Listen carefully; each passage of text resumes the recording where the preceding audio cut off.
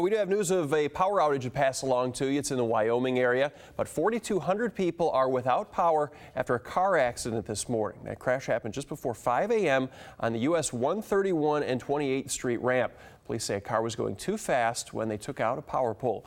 Consumers is hoping to have power back on at any time now. Moving to a shocking story out of Ionia County as a father admits to murdering his own daughter. Fox 17's Annalise Kranz is in the newsroom with more on what happened. Annalise?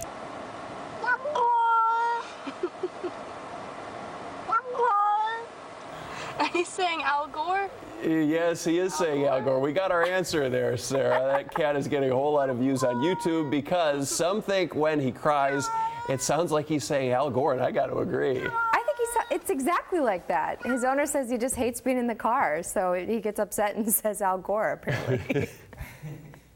That's very... The interesting thing is, he's trending on the internet, which Al Gore created. That's right.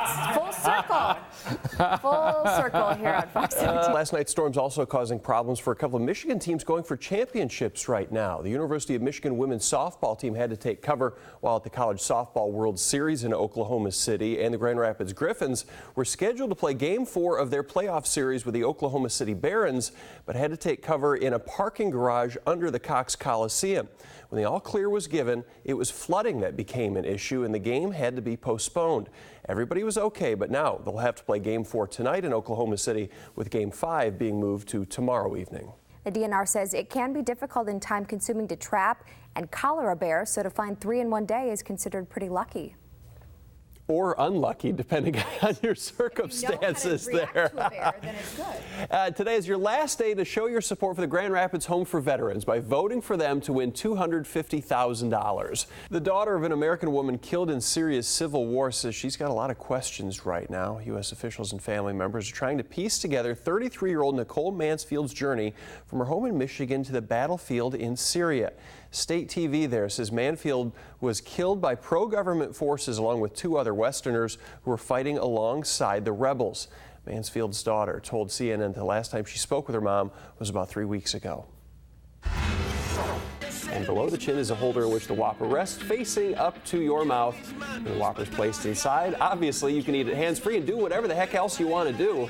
Burger King gave the holders actually to 50 members of its loyalty program.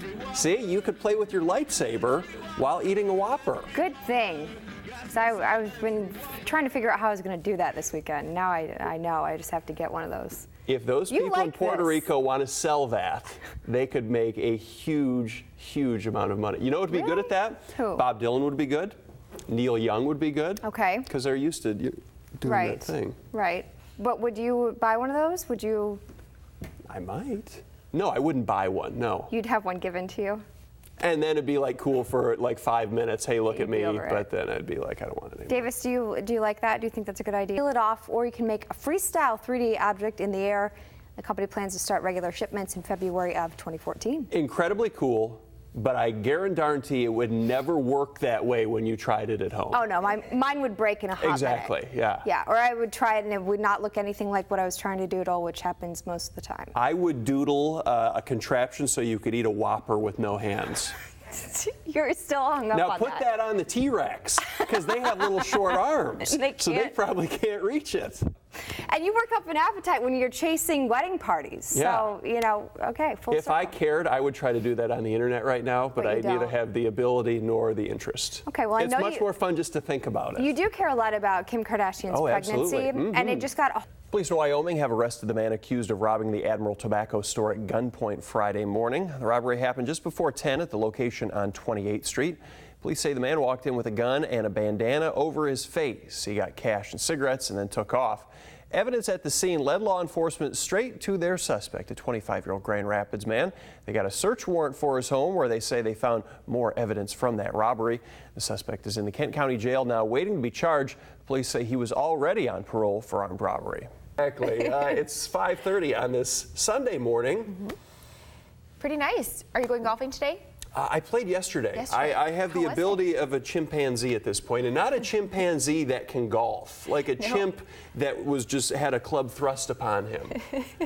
We're running a story in the 6 and the 8 o'clock hour about lowering your perspectives, your expectations on the golf course. Man, struggling. I find that really hard to believe. I tried 2 different putters yesterday. Actually, Janker? after 9, I ran to my car, grabbed another one out of the trunk, Do you use which the is long highly putter? illegal. Yeah, I was using the long putter like Adam Scott. Unlike Adam Scott, I did not win the Masters with it. Oh.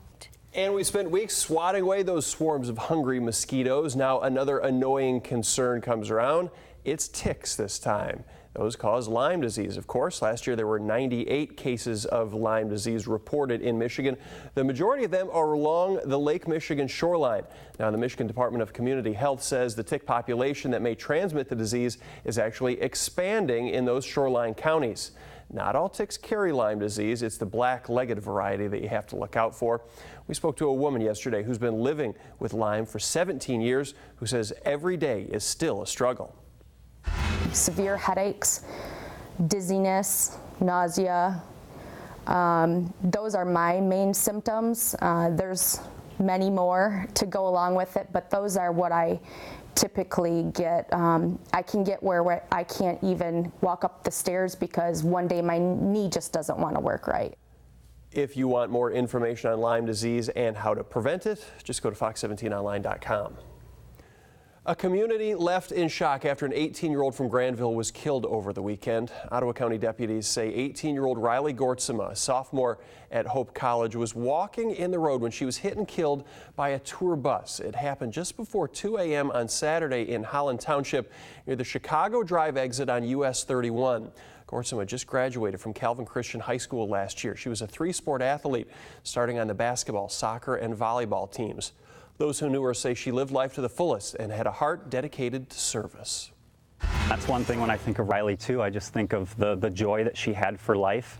If there's one word I would use to describe her, it would be an inspiration. As a coach, how you're the one that you expect to be teaching the lessons and being the mentor, but I can honestly say with great confidence that I learned a lot more from Riley than she learned from me.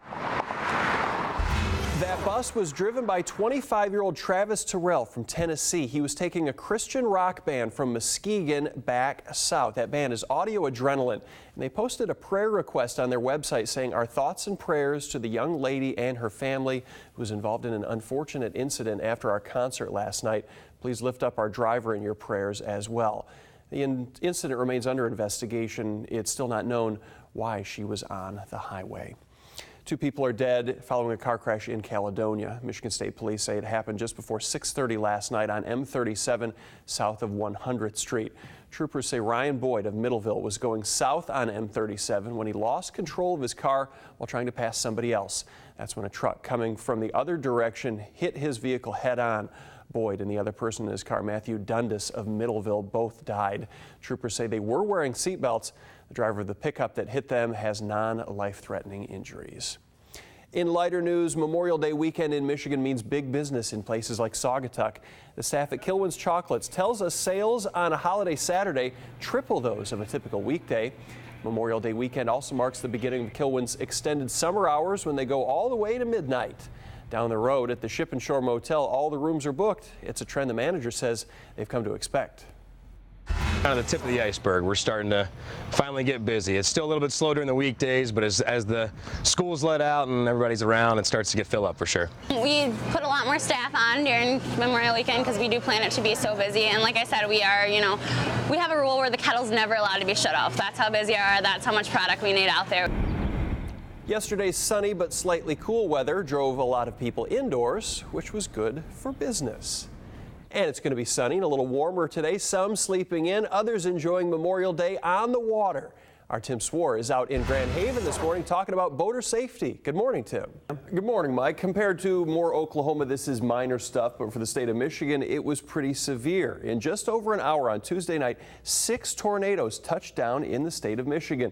You can see some of the damage here. It's not the type of stuff we see very much of in our state, and that's a good thing. The 6 tornadoes range from an EF0 near Perry that had winds in the 75-mile-an-hour range to an EF2 in the Grand Blanc area that had winds around 130 miles an hour. We spoke to a man who heard the sirens and headed to the basement on Tuesday. He said he'd gotten downstairs when he ran back up to grab a few things like his wallet and a cell phone. That's when he saw the twister approaching. Went up there to get them, and I looked out the back window, and that funnel cloud was coming, and I headed for the basement, got halfway down, the power went out. Actually, coming out of the basement, I saw the roof was gone, and then opened the door and the garage was gone, but our 2 vehicles were still there, and that was it.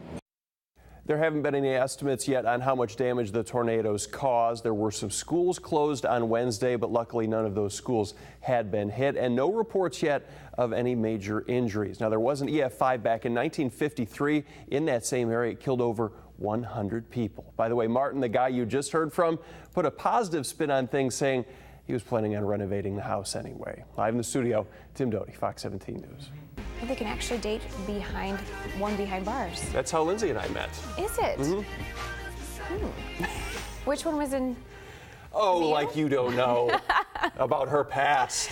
Oh, I doubt that, sincerely. Yeah, boy. Still ahead on Fox 17 Morning News. You got to stick around for this. As if prison dating and vampire dating weren't enough. We're hula hooping. You saw a sneak peek last week. This time, the entire focus is on the hula hoops. Not only fun, but it's good for you. Stick around to see how we do. Hey, you're good.